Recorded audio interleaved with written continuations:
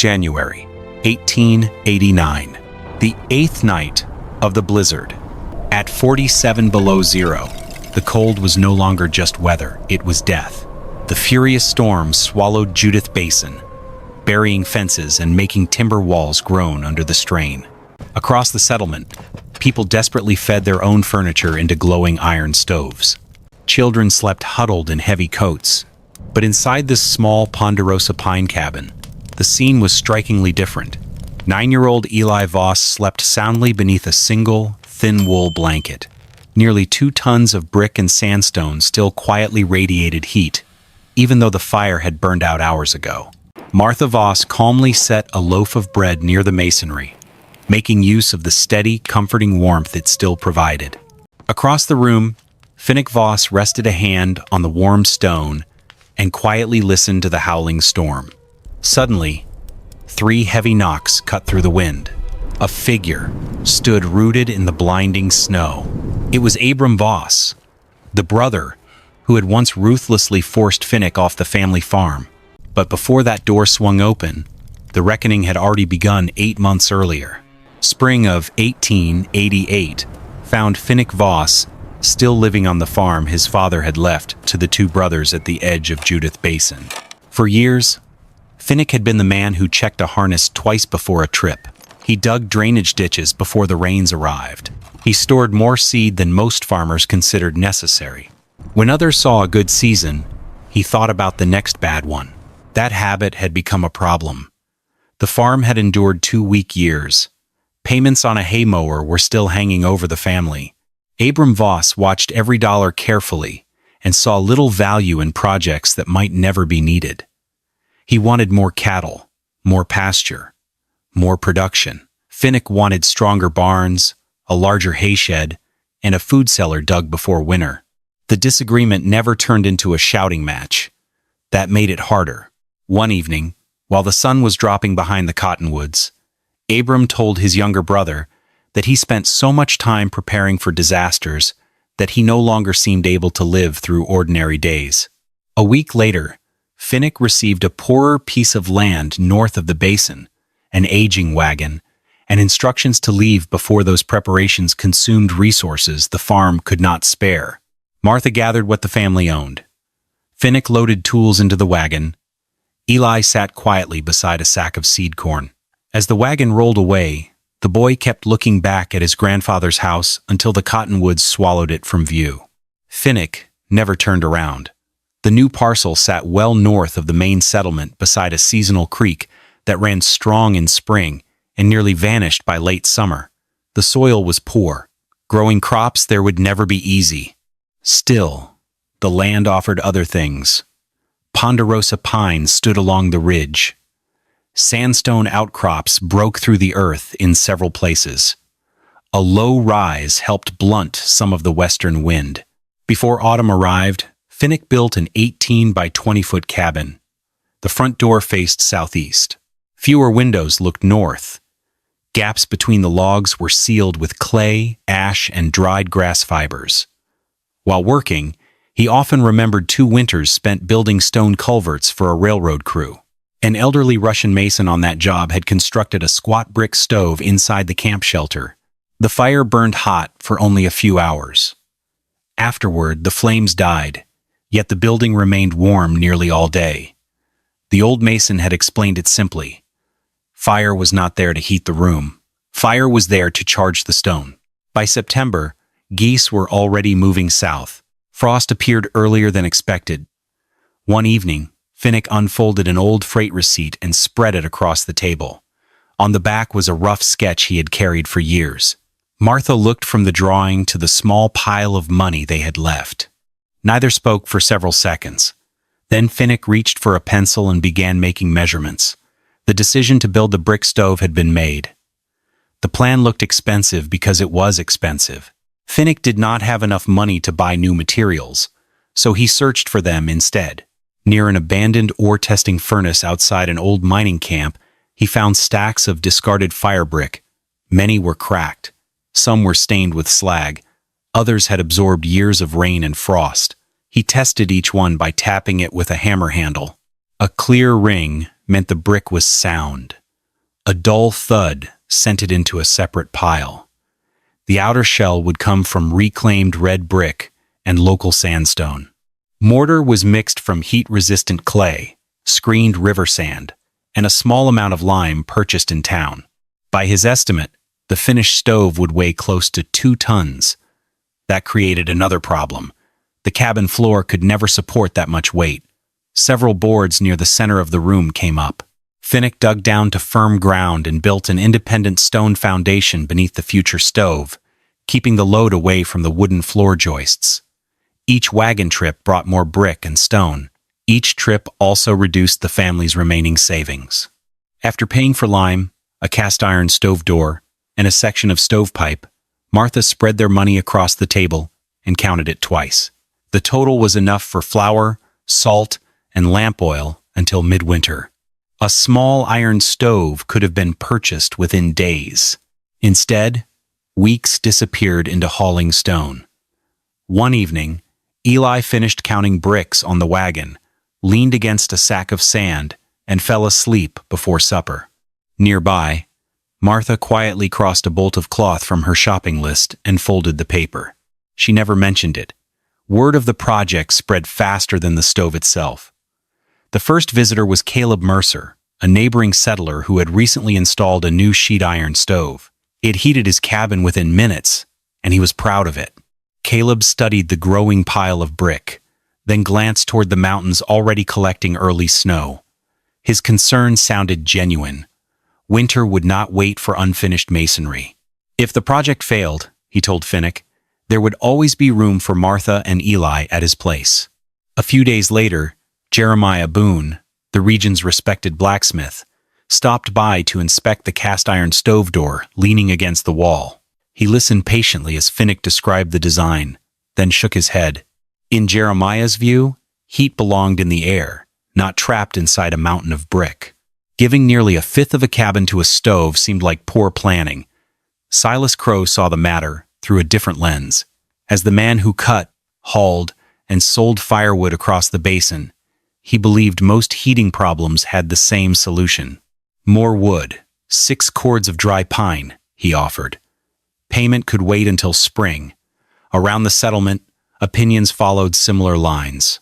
Ruth Mercer, Caleb's wife, quietly suggested to Martha that a husband should know when persistence stopped being wisdom and started becoming risk. The last visitor arrived while driving cattle toward town. Abram reined in his horse and stared at the stone foundation, the missing section of floor, and the stacks of brick crowding the yard. Nothing about the scene surprised him. According to Abram, Finnick was still building for disasters that had not happened while his family lived on what remained afterward. Mortar slid from the trowel onto the growing wall. Finnick kept working. Eli stacked bricks nearby. Martha listened. The criticism lingered longer than the voices that carried it. Construction slowed once the outer walls gave way to the inner workings of the stove. This was the part most people would never see. Finnick built the firebox from the best fire brick he had salvaged. It was sized for short, intense burns rather than a slow fire that smoldered all day. The goal was not to stretch the flames. The goal was to burn hot enough to consume smoke and push as much energy as possible into the masonry. Behind the firebox, 3 shaped channels wound through the body of the stove. Hot gases would not be allowed to race straight into the chimney. Instead, they would travel down, across, and upward again through the brickwork. Every turn gave the masonry more time to absorb heat before the smoke finally escaped. Small clean-out doors were built at the bottom of each channel.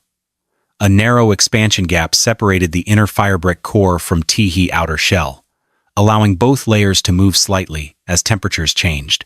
Eli carried marked bricks one at a time and handed them to his father.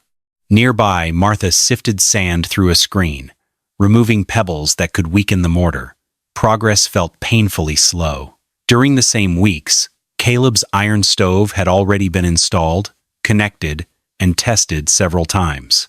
Each evening, after the day's work ended, Finnick covered the fresh masonry with burlap. Mortar that dried too quickly could crack. Mortar that froze too soon could fail. The stove grew one careful layer at a time. One afternoon, Eli pointed to a flat sandstone slab resting beside the wall and asked if it would be part of the sleeping platform. Finnick smiled faintly and rested a hand on the stone. According to the plan, that piece would sit directly beneath the warmest place in the house. It would still be giving back heat long after the fire was gone. By early October, the stove stood nearly 6 feet tall. The upper section looked stranger than anything most settlers had ever seen.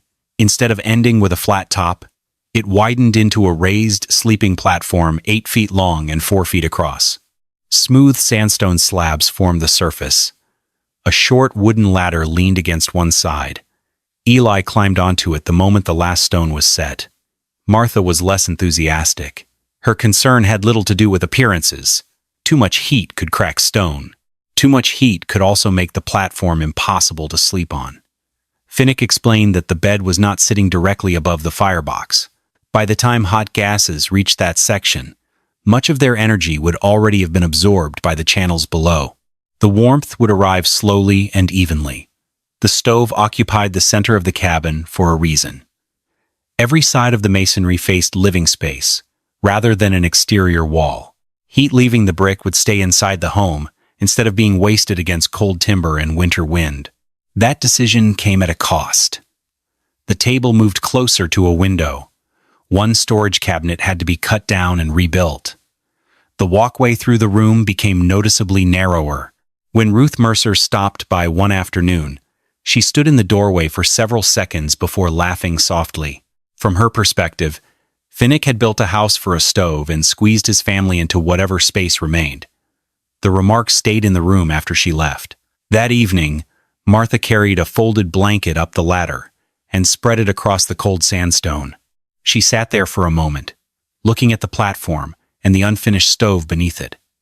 There was enough room for all three of them. When she climbed down, the blanket remained where it was. By late November, the mortar had cured enough for the first fire. Finnick started cautiously. Only a small load of dry pine went into the firebox. At first, everything behaved exactly as planned. Flames pulled cleanly through the chamber. Heat moved into the brickwork. The draft seemed steady. Then the wind shifted. A strong northwest gust rolled across the ridge and struck the chimney. Deep inside the stove, the movement of smoke slowed. Seconds later, pressure pushed downward through the flue. Smoke spilled back through the stove door. The change happened fast. Within minutes, a gray haze spread across the cabin. Eli began coughing. Martha grabbed him and hurried outside while Finnick threw open a window and reduced the fire. The little warmth already inside the house escaped with the smoke. Seeing the door standing open in the cold, Caleb crossed the yard to help. Jeremiah arrived soon afterward. The blacksmith did not say, "I told you so." He did not need to. His expression carried enough doubt for everyone present. Once the fire was out, Finnick started checking the system, piece by piece. The clean-out doors were clear. None of the channels had collapsed. The mortar remained intact. That left the chimney. Lantern light revealed the problem. The flue ended too low behind the roof ridge, directly inside a turbulent pressure zone created by northwest winds. The stove itself was functioning. The chimney was not. Long after dark, Finnick removed the upper section. The next morning, he added 18 inches of pipe and sealed a small joint with clay-soaked fiber cord. By evening, the repair was finished. The smoke was gone, but evidence of the failure remained behind. A faint black stain marked the ceiling. The blankets carried the smell of soot. Standing beside Martha, Finnick watched Eli rub tired eyes after a restless night. For the first time since leaving the family farm, his preparations had placed the people he cared about in danger instead of protecting them. 2 days later, the wind returned from the northwest. Finnick waited for it. There was little value in testing the stove under easy conditions. The repair had to face the same weather that had exposed the flaw. A moderate load of dry pine went into the firebox. For the first few minutes, he left the stove door slightly open, allowing the chimney to warm and establish a strong draft. Everyone watched. The flames leaned inward. Smoke moved cleanly through the channels. Outside, A thin gray plume rose from the chimney and disappeared into the wind. Nothing spilled back into the room. The first hours were not especially impressive. Caleb's iron stove still heated a cabin faster.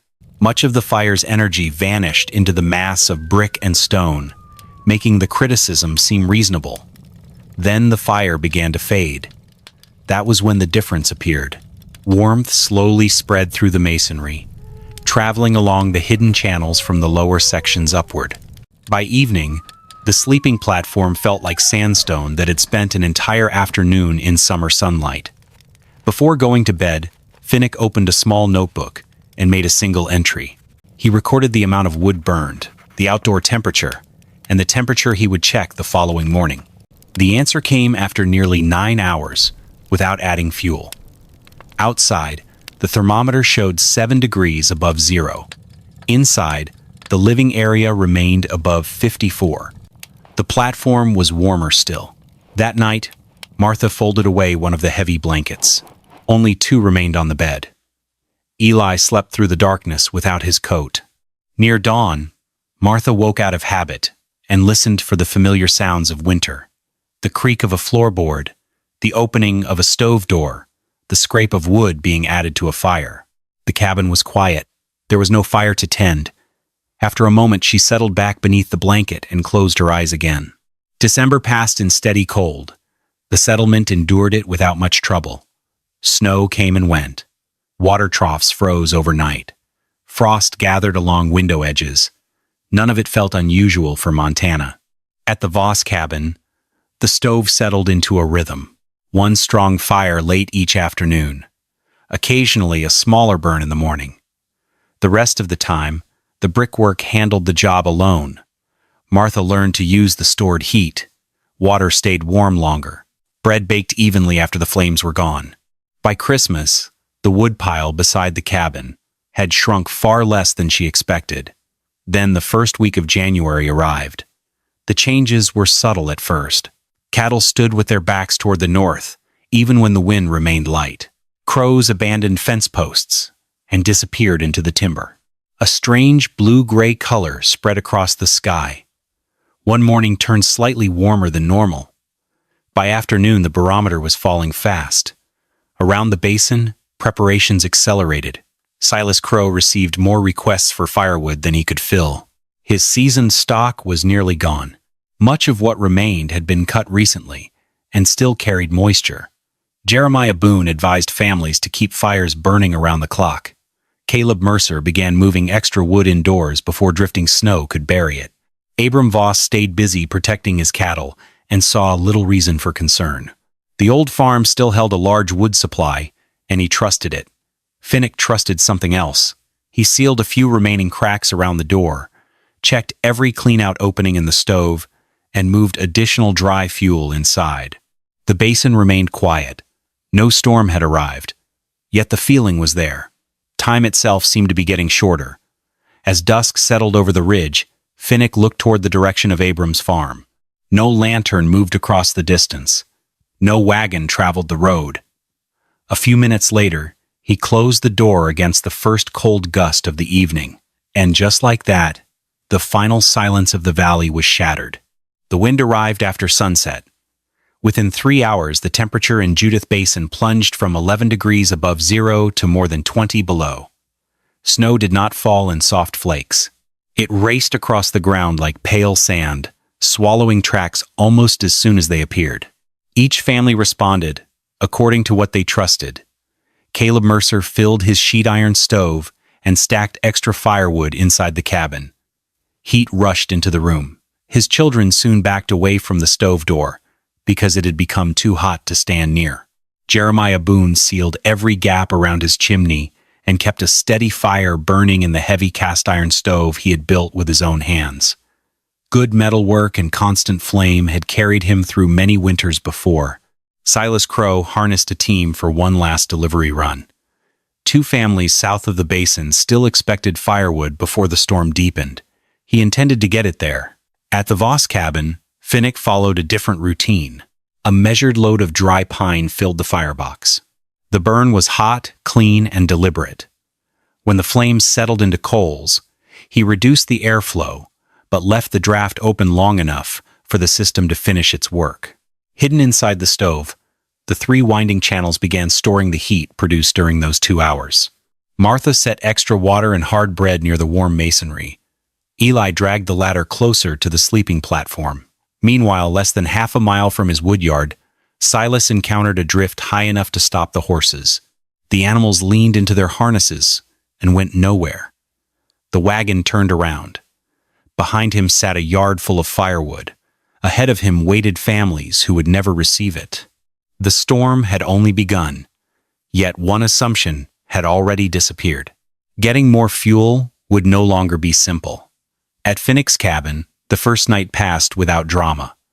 That was what made it unusual. When Finnick closed the stove for the final time that evening, the cabin was not overflowing with heat. Nobody had to move away from the masonry. No corner of the room felt stifling. Warmth simply spread through the brickwork and settled there. Before climbing onto the sleeping platform, Martha followed habits learned over many winters. She placed gloves and a coat within easy reach. If the temperature dropped during the night, someone would have to get up and feed the fire. Hours passed. Nobody moved. Around 3 in the morning, Martha woke briefly. At first, she could not identify what had disturbed her. Then she realized something was missing. There was no sound of a stove door opening, no footsteps crossing the floor, no crack of fresh wood being added to a fire.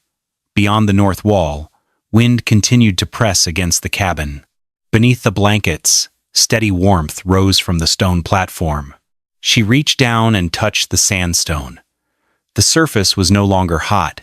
It was simply warm. Down below, Finnick noticed a different issue. Moisture from cooking and breathing had begun collecting on the windows. Thin ice formed along the edges of the glass.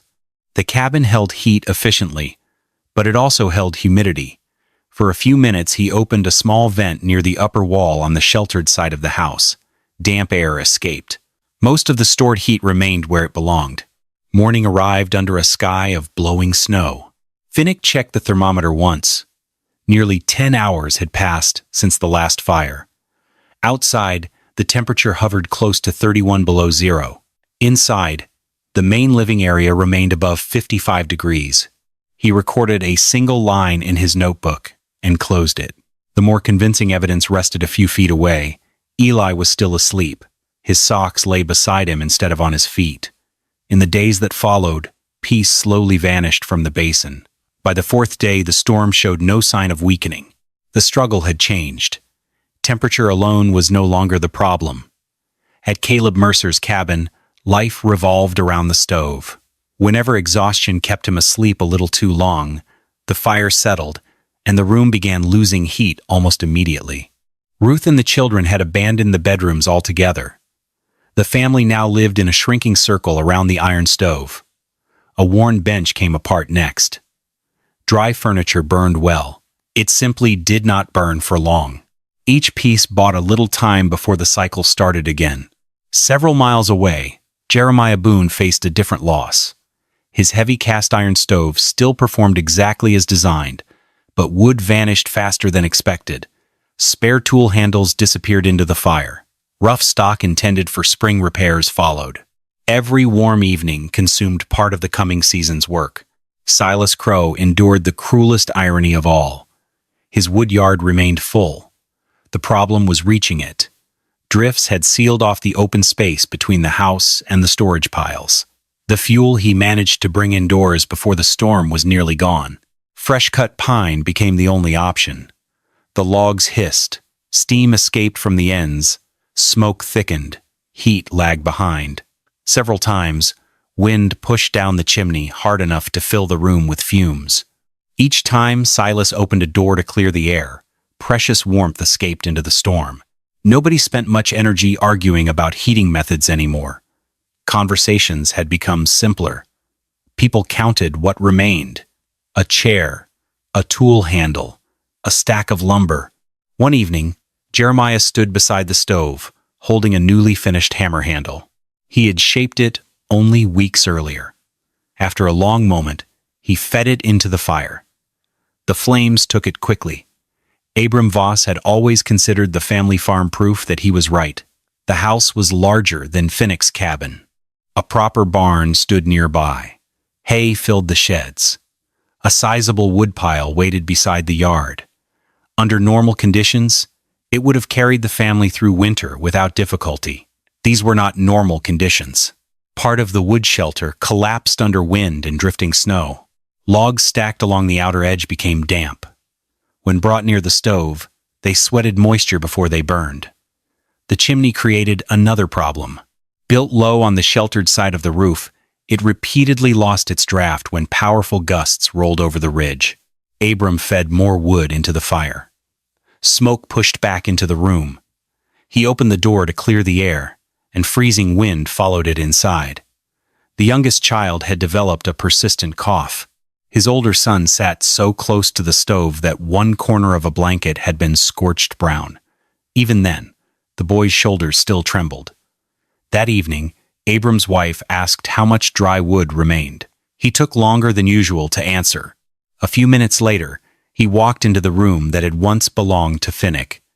Several old tools still rested on a shelf. A spirit level, a masonry trowel, a worn measuring line. The sight of them stirred memories Abram had spent months dismissing.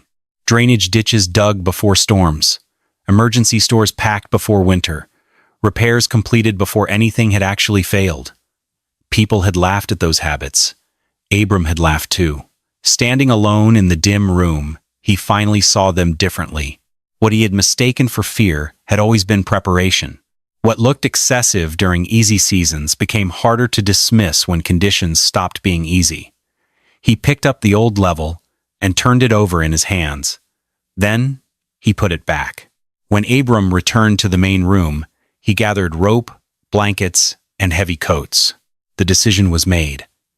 As soon as the wind eased enough to travel, the family would leave the house and head north. Toward the cabin of the brother he had once sent away. Dawn was still hours away when the wind finally weakened. Not enough to make travel safe, only enough to make it possible.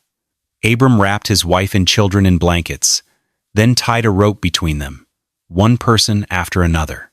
If visibility vanished completely, nobody would be lost in the snow. Under ordinary conditions, the trip to Finnick's cabin was short. The storm had turned it into something else.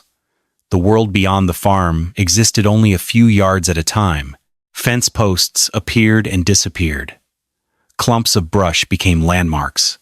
More than once, Abram stopped and searched for bearings while snow swept across the ground around his boots. The cold worked steadily.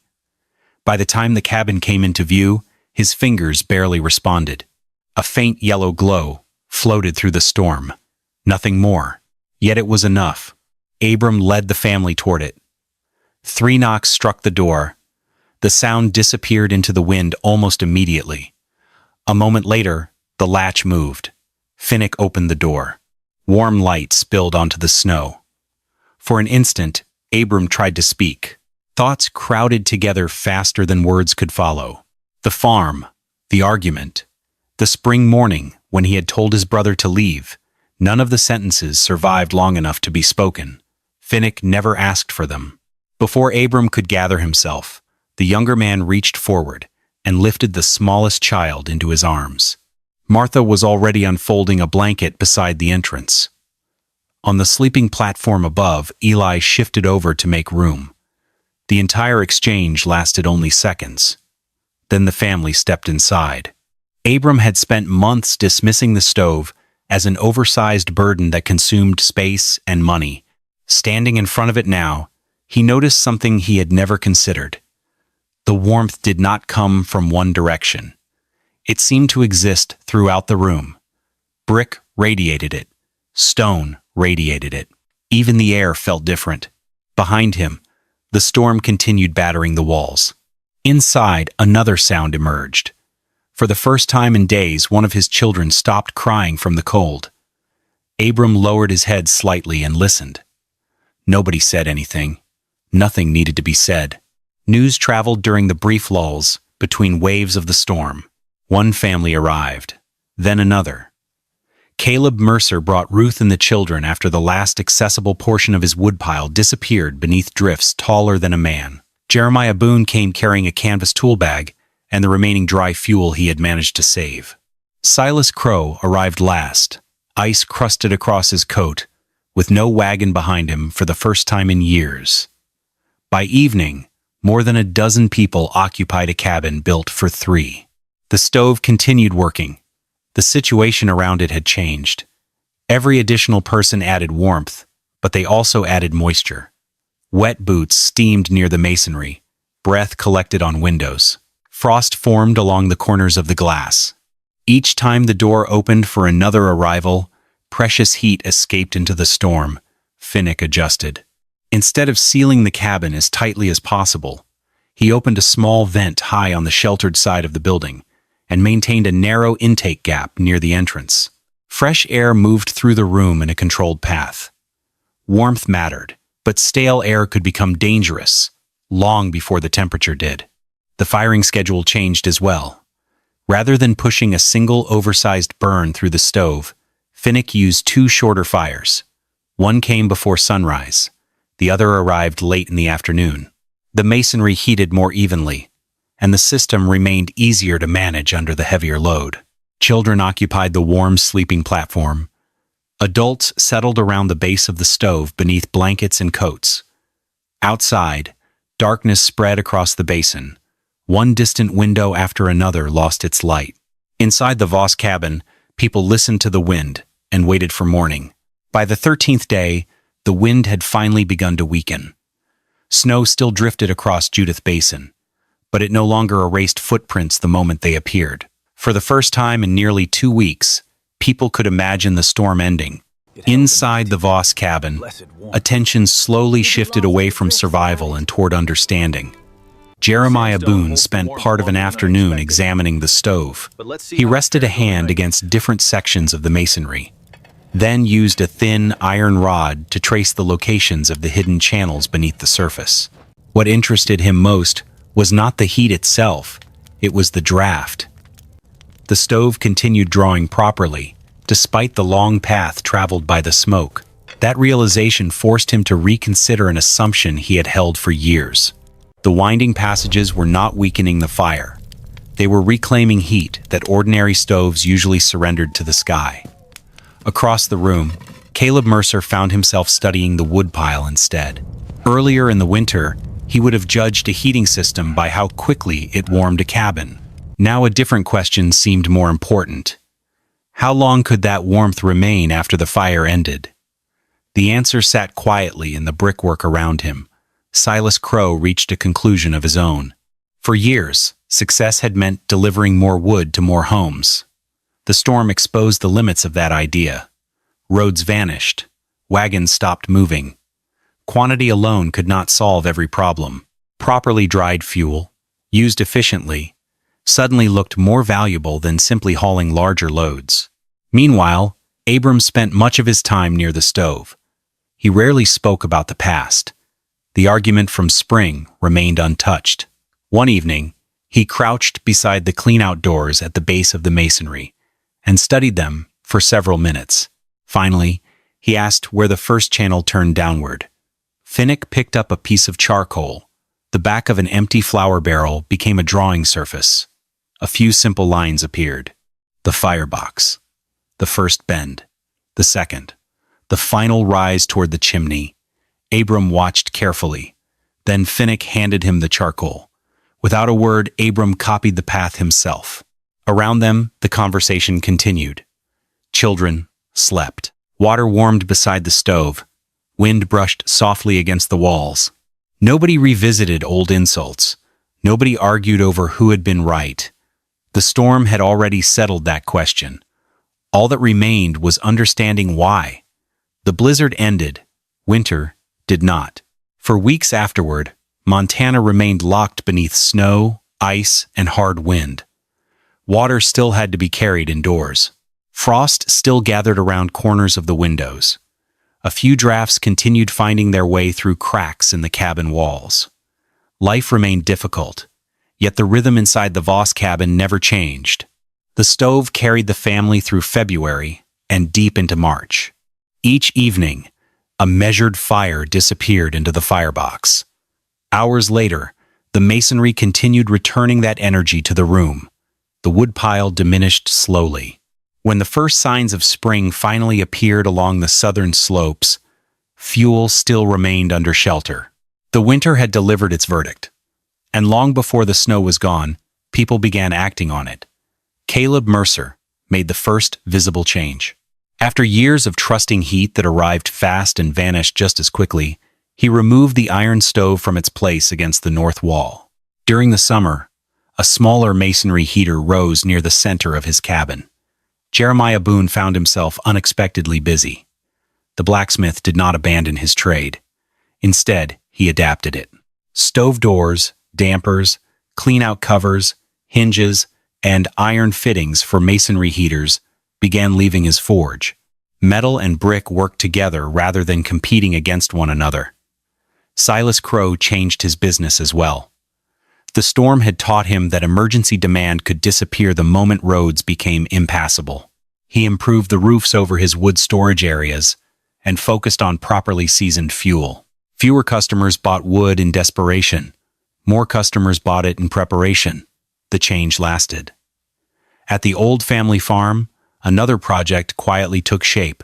One spring morning, several floorboards came up in the main room. Beneath them, Abram marked the outline of a foundation. Finnick arrived carrying tools. Neither brother mentioned the argument from the previous year. They did not discuss the day the wagon left the farm. No apology was requested. None was needed. Stone after stone settled into place beneath the floor. The work itself carried the meaning. Side by side, the brothers built the foundation for a new stove. Years later, many details of that winter faded from memory. Storms came and went. Neighbors moved away. Buildings changed. Yet one image stayed with Eli Voss. He remembered waking before sunrise and placing a hand on warm brick. The fire had burned out long ago. Darkness still filled the room. Outside, the world remained frozen. The heat was still there. That memory followed him, long after childhood ended. Nature never congratulated Finnick Voss. It never praised his planning. It never announced that he had been right. The blizzard simply removed every excuse for calling preparation foolish. When the test arrived, the brick stove held its warmth. His family stayed warm all winter. And the knowledge remained long after the fire was gone.